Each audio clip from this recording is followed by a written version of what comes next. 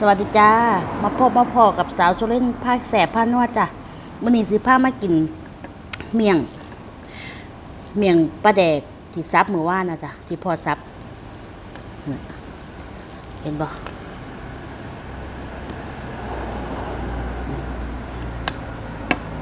สิพามากินกับหมึกม่วงแล้วก็หมักมี่ไปหาซื้อมื้อเช้าโอ้ยอยากนี่คือหมึกม่วงปลาเนี่ย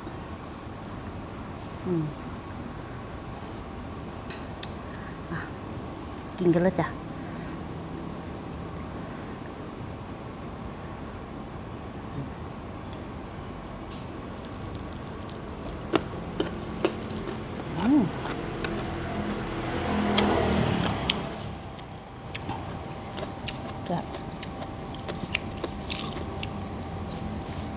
ปลาแดงมันสิขมน้อยๆอยู่แต่ว่าแสบอยู่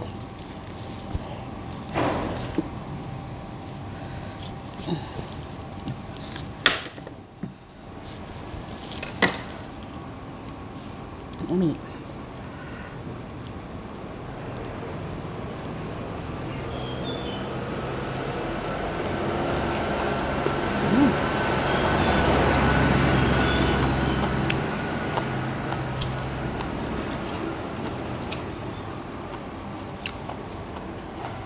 แซ่บ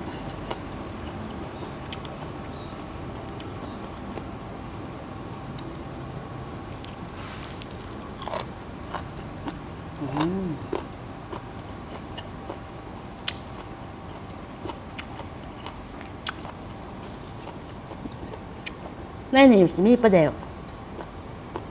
หมักพริกหอมแดงอีกอย่างวะขิง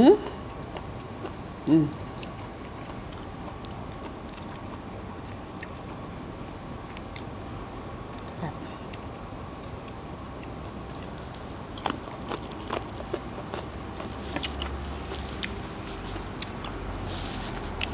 สม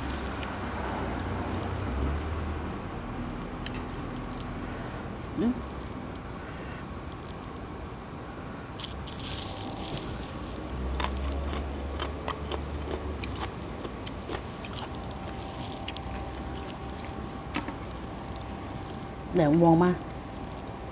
พวงนี้35 บาทหมักมีนี่20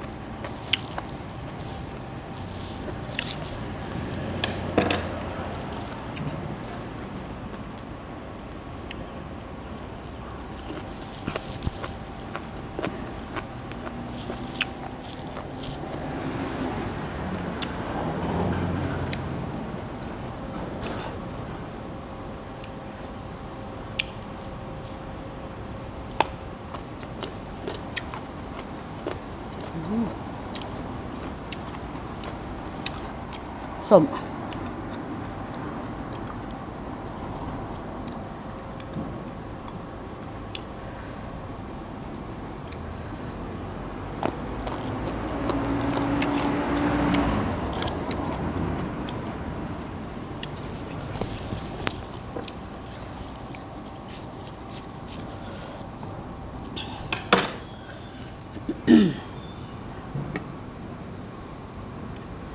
คุยหลายเลย